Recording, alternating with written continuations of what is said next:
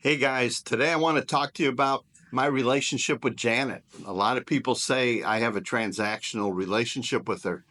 I totally disagree. I have a traditional relationship with Janet with a hint of transactional. So let's get into that.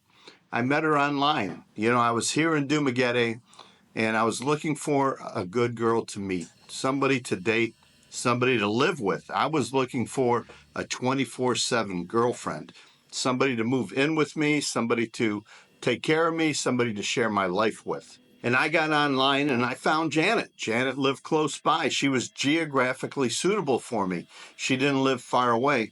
When I got here, I did not know how to ride a motorbike. I had bought one, a used motorbike from a friend, but I didn't know how to ride it. It just sat there parked.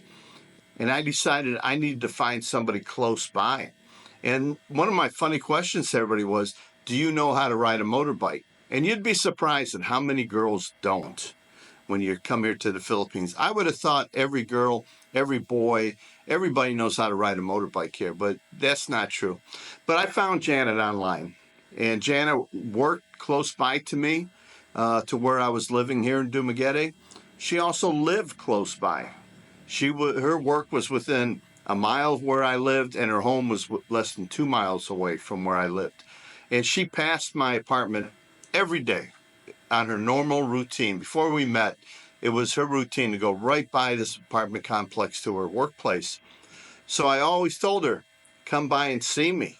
Come see me. It took her days upon days upon days to get comfortable talking to me online, to finally show up and just meet me for 5 minutes, just to see me, touch me, make sure I was real. I got a phone call. The phone started ringing, on Messenger, video chat. I opened it up, and there's Janet's face, and she's just looking at me, and then she hangs up. She just wanted to see that I was real, that I was here. And she was shocked that I was here in the Philippines. She was so used to people contacting her from abroad, who don't live here. And she was looking also for somebody, praying to God that someday she would meet a good man. So why is my relationship a little bit transactional?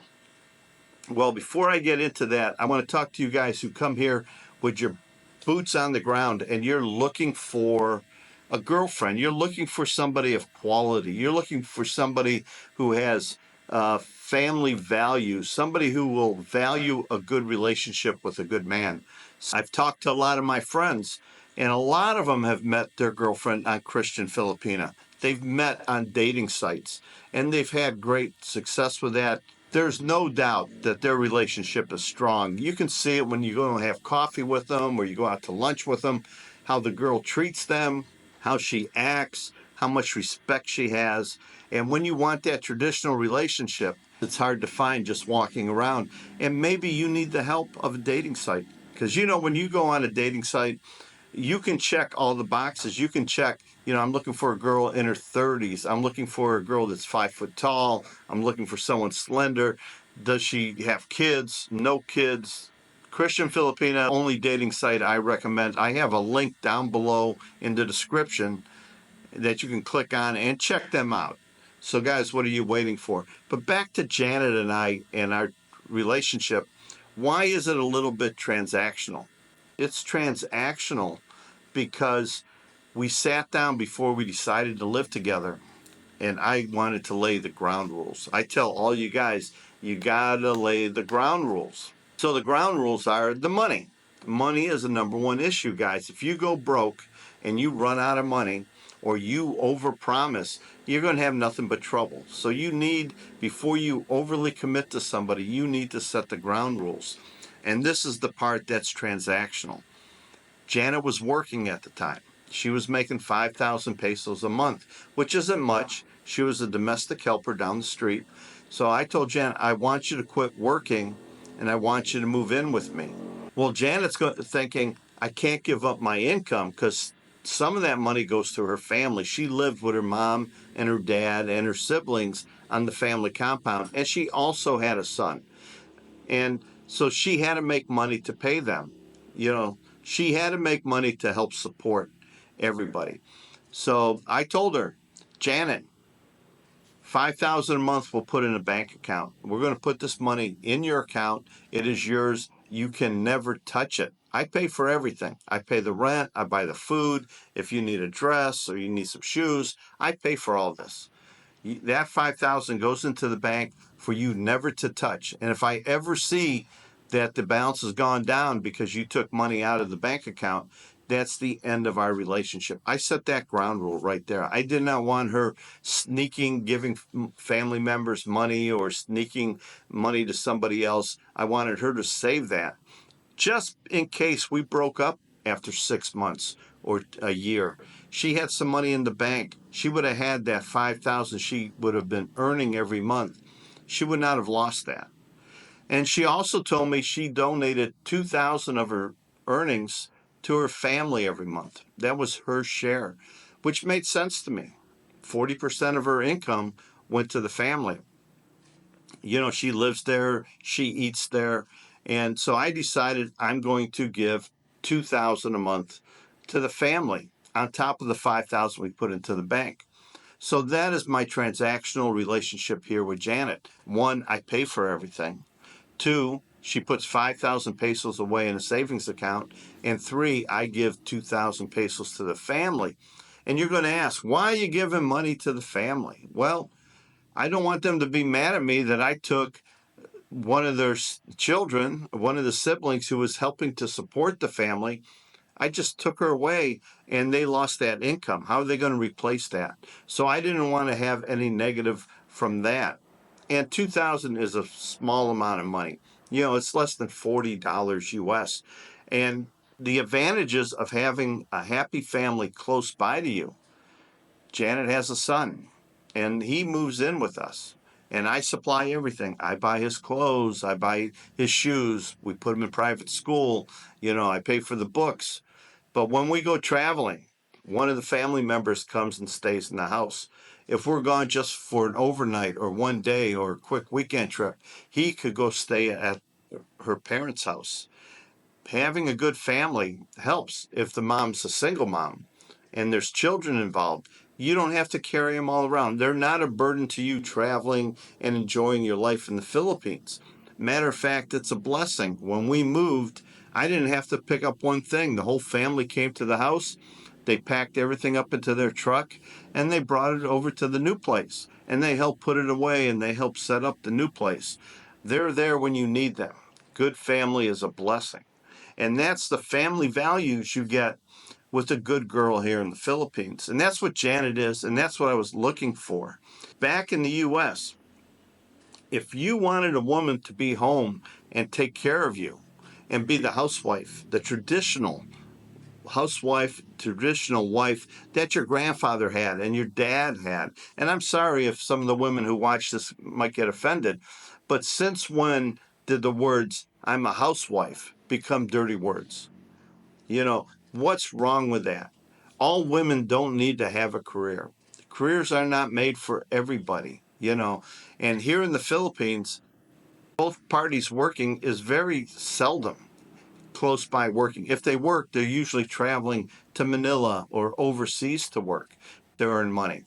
If you want a girl with you 24/7, be it that you're needy like I am, or you just want a travel companion, you have to have a little bit of a transactional relationship. You have to give them security. You have to let them think that they don't have to worry about money. Because that's a major worry here in the Philippines. Where are we going to get money for food? Where are you going to get money to pay your electric bill? That's something Janet worries about all the time. Mike, the electric bill's coming on the 9th. Do we have money? Mike, the rent's due. And we go to the bank and pull the rent out. She's worried about all those things. Is the freezer full of food? This is what a good partner does. She makes sure you don't forget about certain things like bills coming up. She makes sure you have food in the house. She cleans the house. Her job is to take care of the house, take care of her two kids now, as she calls it. She takes care of PJ and she takes care of me. Now, Janet makes a lot more money than that 5,000 pesos anymore because I've shown her how to do YouTube. We make money on YouTube, and a lot of this goes to her and her account. That's not a transactional. That's a partnership. I have plenty of money. I can take care of myself. I wish to leave Janet something when I'm gone. Let it be a piece of property, let it be a house I built, let it be money in the bank. But it's my decision on what I do. This is what I want to do for her. That's her reward for being a good wife. If she's a bad wife, she gets nothing. But as a reward for being a good wife, there's a lot of bonuses. And a lot of these women here in the Philippines think the same way. They want a family. They like the family values. And family does not always mean children. A lot of these women don't have children and they don't want children. Or maybe they want children in the future, but the family value is you and her. She wants to have a place to live that's hers, that she can take care of and clean, and a garden where she can, grow some peppers or whatever they grow. It doesn't have to be something you bought. It's what you rent. She considers that her home while you're renting there, and she will treat it as her own. The family value and the Christian values some of these women have, especially Janet. She prays a lot. When my health is a little bit in decline or I'm sick, she is really, on the phone to God, praying that everything works out. She has the Christian values that I look for. She has the family values I'm looking for, and the traditional values. That woman that will stay home and take care of the family, make sure everything's good at home. I don't have to worry to take my clothes to the laundromat. She'll make sure they're clean. I don't have to worry about what's for dinner. Janet will cook something. She'll go all day long telling me what you want for dinner, what do you want to have for lunch, but she'll prepare it and she'll make it. She'll go shopping if I don't want to go shopping. She'll do all the domestic chores that a good wife will do. And nothing is wrong with her being a housewife. We travel together. We have a great relationship together. I consider it a very traditional relationship in the ways of my dad and my grandfather, where grandma and mom stayed home, took care of the house, took care of the kids. It wasn't until I got married that I found out that a lot of women think being a housewife is a dirty word and demeaning to them. And I don't understand why. Nowadays, it seems like men get married in the U.S. and it's a partnership. It's not a relationship. You're making money, she's making money, you're splitting the bills. And if anything goes wrong, you guys have one little argument, boom, divorce court, you lose everything. Here, with a traditional woman, she's going to work out the problems. You're going to sit down and she's going to want to work out any issues you have. Where in a transactional relationship, it's all about money. You're paying somebody for their services. So how do you get rid of somebody if you're in a transactional relationship? Is you quit paying them. You say, I am terminating the employment. You're gone. I'm not going to give you any more money. And they'll leave. In a traditional relationship, they don't want to leave. They want to stay with you and they want to work through the problems. And that's what I wanted. I wanted a partner in life, somebody who will take care of me. Girlfriend when I first met her, a wife now, and in 10 years, probably my caretaker. All you guys can make your jokes if you want, but that's what I'm looking for. I'm a realist. When I turn 80, 85, I'm going to need a lot of help. And by me taking good care of Janet, I have a good caretaker. And me taking care of the family, being part of the family, not isolating them. When Janet needs help picking me up, I'm a big guy. She can't get me off the ground. She can call her family and they'll be here in minutes to help out. A traditional relationship here in the Philippines is a wonderful relationship.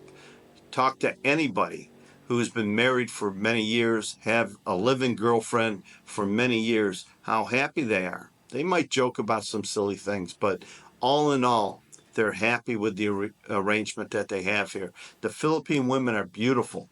You can't tell their age. You can't tell the difference between a 35-year-old and a 21-year-old. They're all beautiful and they all look nice. So, guys, if you're having trouble finding the right girl, boots on the ground, maybe you need help of a dating site. And again, I'm going to recommend Christian Filipina as the only dating site that we recommend. And until next time, guys, thanks for watching.